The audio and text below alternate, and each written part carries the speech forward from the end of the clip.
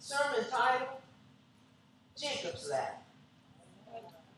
Jacob's Ladder.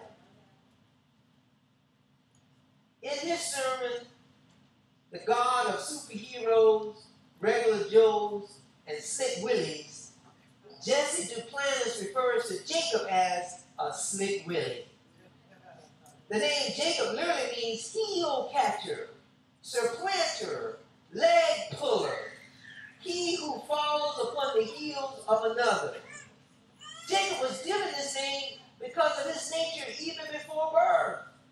When his mother, Rebekah, was pregnant, Jacob and Esau struggled in her womb.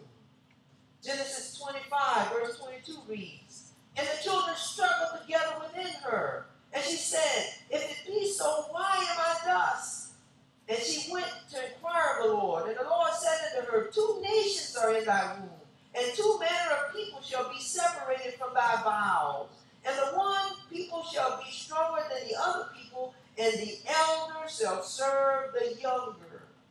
And when her days to be delivered were fulfilled, behold, there were twins in her womb. And the first came out red all over as a hairy garment, and they called his name Esau. And after that came out his brother, and his hand took hold of Esau's heel, and they called his name Jacob. And Isaac was 80 years old when she bare them." Right in the womb, the two struggling. And even in the womb, we see Jacob trying to take Esau's birthright, trying to take his place, trying to hold him back from being born first, even in the womb. So he comes out of the womb, holding on to the heel of his brother, as if to pull him back so that he would be first. By the Hebrew understanding of this, Jacob was trying to take this birthright by force. Using our modern vernacular, we would say that the name Jacob really means con artist, deceiver, conniver. And that was the very life that Jacob led. Jacob and his mother had devised from the very beginning to take the birthright of Esau. While they were just teenagers, they were out doing their business. Of course, Esau being a hunter was out hunting, and Jacob being a farmer was taking care of the cattle. And while they're out there doing their work, Esau comes back famished. He had been struggling all day and didn't catch anything to eat. And you know what that little brother of his did? Just a few seconds younger, but still a younger brother. That younger brother bought his birthright for a bowl of soup. Later on, he would devise a plan with his mother that they might trick their father Isaac out of that birthright. So when Isaac told Esau that he wanted to bestow upon him the birthright, Rebekah heard it. And she called Jacob to her. And she said, "Jacob, here's what you do. Go get 2 goats, and I'll prepare them, and they'll taste like wild game when I'm done. And I want you to take the hair of the goats and put it on your arm. And go see your daddy. And he's old now, and his vision is poor. He was 60 years old when you were born. And he's an old man now, and his vision is poor. And say, I'm Esau. And let him lay hands on you, and you receive the blessing." And of course, that conniver did exactly what his mother had devised for him. And you know, even at his old age, Isaac almost saw through it. He said, "You know, you sound like Jacob, but you feel like Esau." And he lays hands on him, and the birthright is then passed from Isaac to Jacob. This is Esau's brother and mother. You want to talk about pain? How painful it is when your brother and your mother plot against you. Now we know in the psalm they were referring to Jesus, but they're also referring to us, and they said the one at our own table has lifted up a hand against us. That's a pain that's unique to only a few people. When someone they loved and cherished, a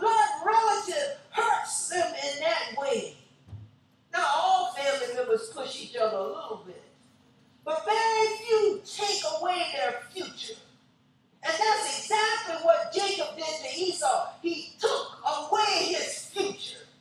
He said, you're the firstborn. You're entitled to a certain life and a certain inheritance. I want it. You can't have it. Very few relatives have done that to each other. Well, you reap what you sow. And Jacob had planted some very serious seeds, and he's now, even at the time of our text, still a pretty young man. But even at his young age, he realizes that he has to be a refugee, a fugitive. Why? Because the only way his brother can get back his future, the only way his brother can get back his birthright is to kill him. Because as long as he's alive, he's the next in line to inherit. And the only way out is for Esau to kill Jacob. Let me tell you something else about Hebrew law. That was legal. That was not considered a murder. That was considered a killing. Now there's a difference between murder and killing. That was considered a just killing. If someone took your birthright and you killed them, that was just. So the law was against Jacob. Morality was against Jacob. All those forces were combining, and here was Jacob running from his brother, running from his own bad choices, running from his own history and legacy, running from his name Jacob, and he goes past Beersheba, past Haran, and he finds this little place in Luz, and he lays down and he puts his head upon a rock. And the Bible tells us that he strove all night. He didn't sleep well. He was fighting with himself. He was disappointed with himself, disappointed with life, didn't know how he was going to get out of the situation he was in, trying to get some rest in the middle. You know, we used to sing those songs, prayed all night. He wasn't praying all night. He was just worried all night. Couldn't get in his sleep. Not that REM sleep. He had some sleep, but it wasn't peaceful. Fits and turns. Anxiety on every side. He's in a trap. He's in a pit. Doesn't know how he's going to get out. Puts his head on the pillow. Stone pillow. I remember when I was their age, I said, how did he sleep on a pillow? I don't think I could sleep with a stone pillow. With a rock for my pillow. I just don't think I could do it. But he did it. When he got into that sleep, God gives him a vision of this ladder that's going from earth to heaven. And there are angels going up and down on the ladder. And at the top of the ladder is God Almighty. And if you read the text, it keeps saying, behold, behold, behold. It's a marvel. It's amazing. This scene that he sees. And he doesn't quite understand it. And to be honest, the church still doesn't quite understand Jacob's ladder. And I would say, even though I've studied it, I probably don't fully understand Jacob's ladder. But he sees that ladder. And I'm going to give us some quick lessons today from the ladder and the vision, and we'll go home. Lesson 1. In the midst of trouble, God provides a means of escape. What that ladder was a symbol that God could get him out of that situation. You're stuck in your little human world, in your little human situation. You're trapped by law. You're trapped by tradition. You're trapped by your own actions. You're messed up. You can't figure out how to fix it up. And here comes this ladder down into your pit and says, climb on out. Yeah. Go on up on that ladder. You don't have to stay in that pit. Oh, some of you don't know what it's like to be in a pit, but there are people sitting in here right now. You're in a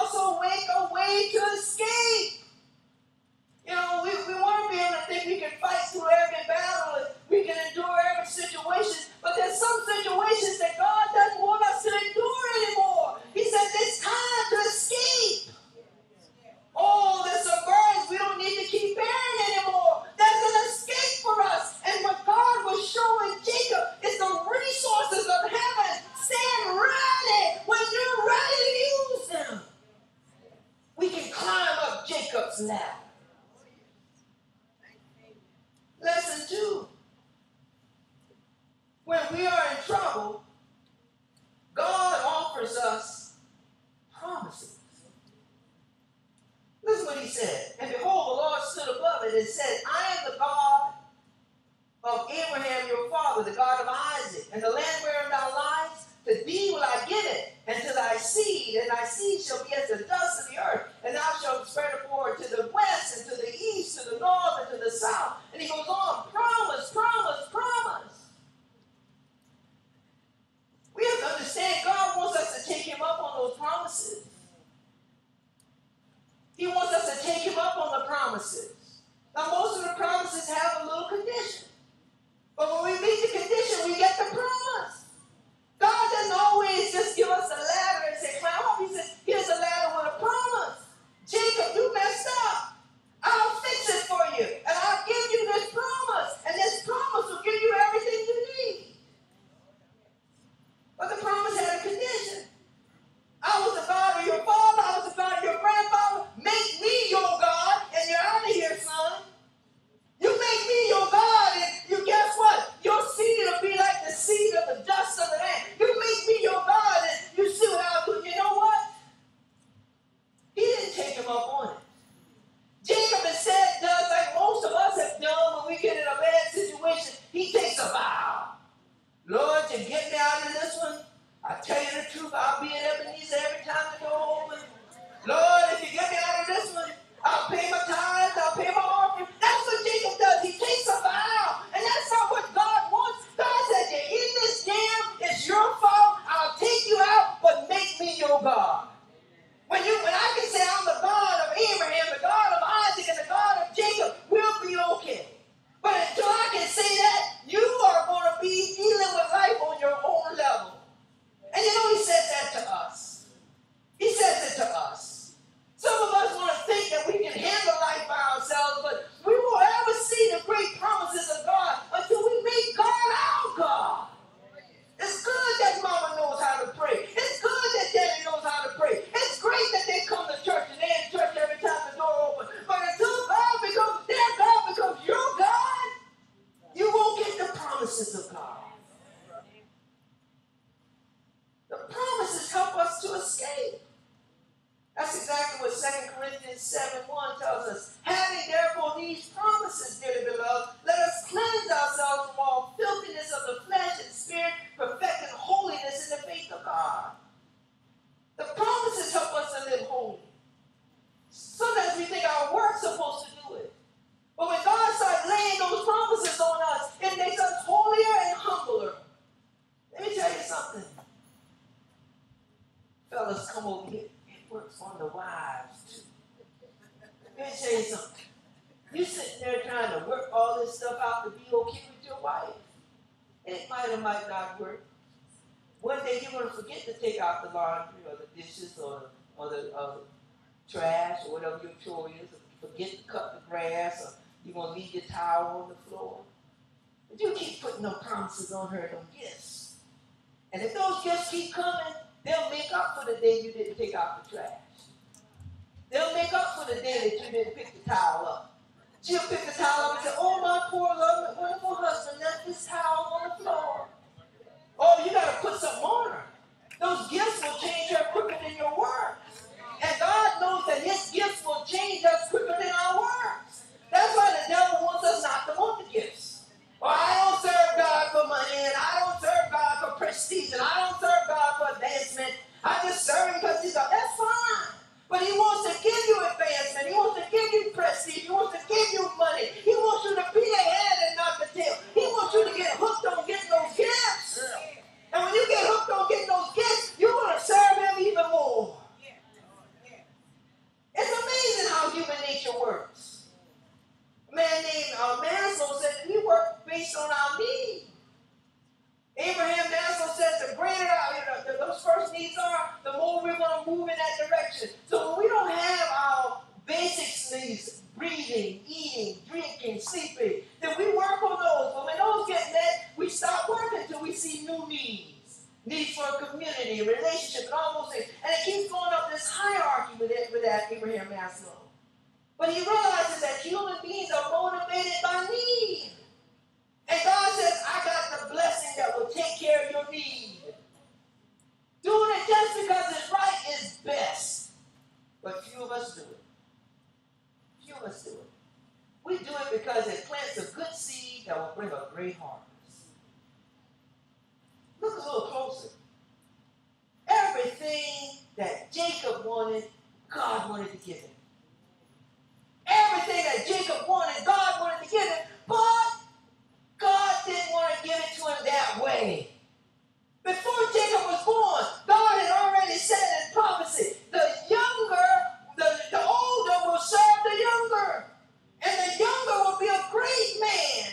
And he'll have seed as great as the stars in the sky. The promise would pass through the younger brother long before Jacob was ever born. But Jacob didn't have to steal it.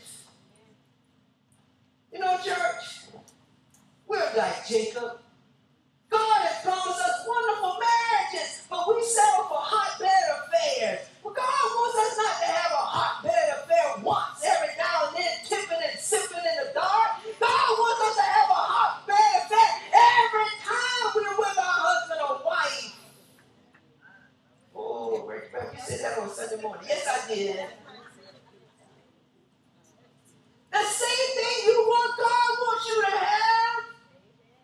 But not necessarily in the way you're going at it. Yes, God wants you to have plenty of finances, but not by playing the lottery and not by doing anything that's illegal or anything that's unjust or unrighteous. He wants to bless you because you paid your tithes and you paid your offerings and you gave to the poor. And he said if you give to the poor, you lend it to the Lord. And if you lend it to the Lord, he'll pay you back with interest.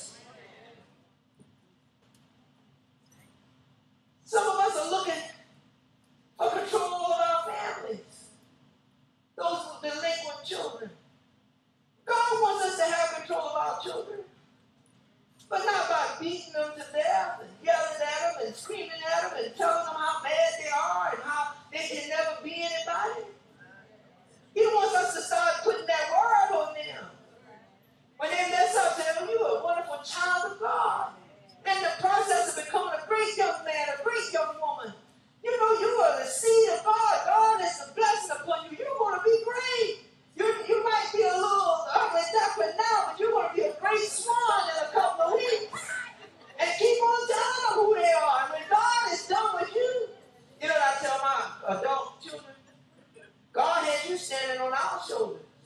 You're going places we'll never go. I tell them that all the time. You're seeing things we'll never see. You're going to experience life like we never experienced it.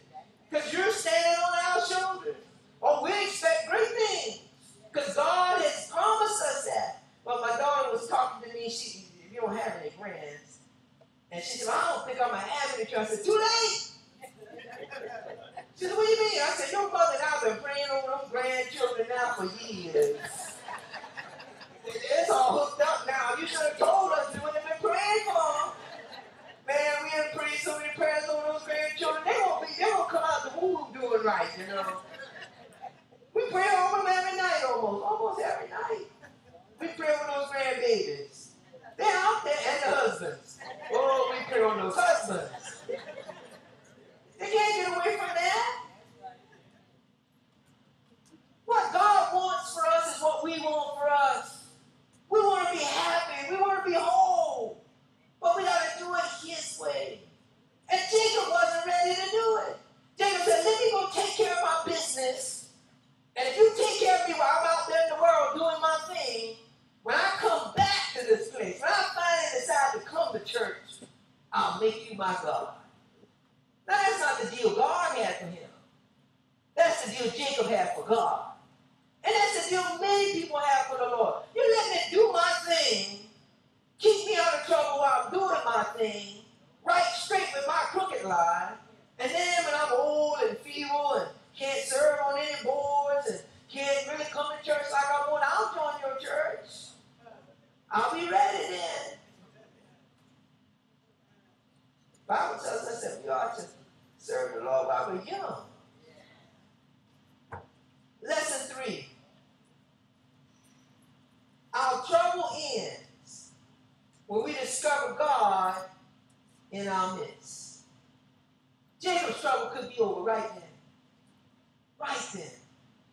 what he thought was a situation that didn't have God in it, God was there. When God opened his eyes to his presence through this dream, showing Jacob that there was a direct connection between earth and heaven. Not just in that place, not just on that rock, but every day there's a direct connection between earth and heaven.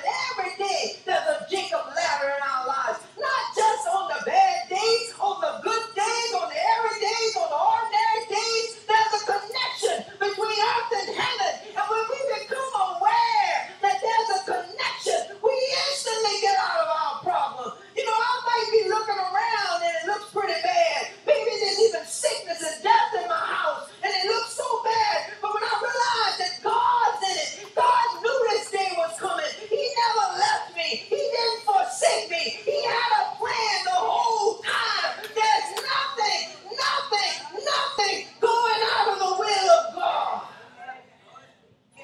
Jacob thought he was running. And then God says, we're right here, Jacob. Even on that old rock that you got your head on. My angels are here going up and down from earth to heaven, ministering to the people who are the sons and daughters of God. All you got to do is just reach out and touch the power. The power's right here. But we weren't in church preacher. The power's right here. But the choir wasn't singing. The power's right here. But the drummer wasn't drumming. The power's right here. Nobody was dancing. But the power's still here. And when I realize the power is here, I get out of my mess. Oh, when I realize the power is here, I can handle what life has to deal with me. The Bible tells us in Romans 8:28 that we know that God works all things together for my good. You think you got me saved? You don't understand. God's using this economic climate for my good. And God's laying me off of this job so he can put me on that job. God get me out of this relationship so he can put me in that relationship.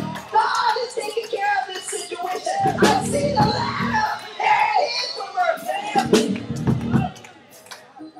If God be for us, who can be against us? Who are the Esau's in our lives when God is for us? Well, what does it mean that somebody wants to take us out of here when God be for us?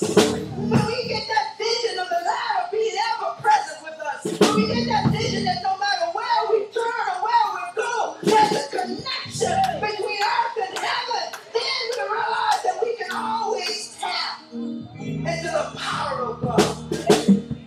Oh, the Bible calls his name Emmanuel. God with us. Satan wants us to think we're all alone, we're all isolated, we're all by ourselves. But we're not going to have to realize that God is with us. God is with us.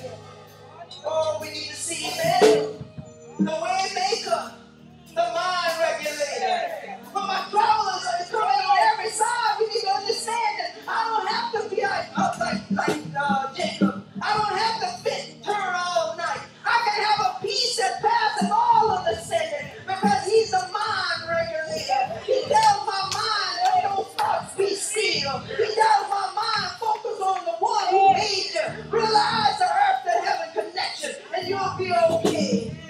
Oh, when things just seem totally out of my control. When trouble's coming on every side, then the Lord showed me what it means to have him on my side. He makes me more than a conqueror, more than an overcomer. You see, you gotta come through something to overcome something. I want to get the image. I wish we get the image in our head that Jacob's ladder isn't something to do with the church of Bethel. But Jacob's ladder is something to do with my life. When I fall on my knees, I'm connected to the ladder. When I go to my work, I'm connected to the ladder. When I'm driving in my car, I'm connected to the ladder. And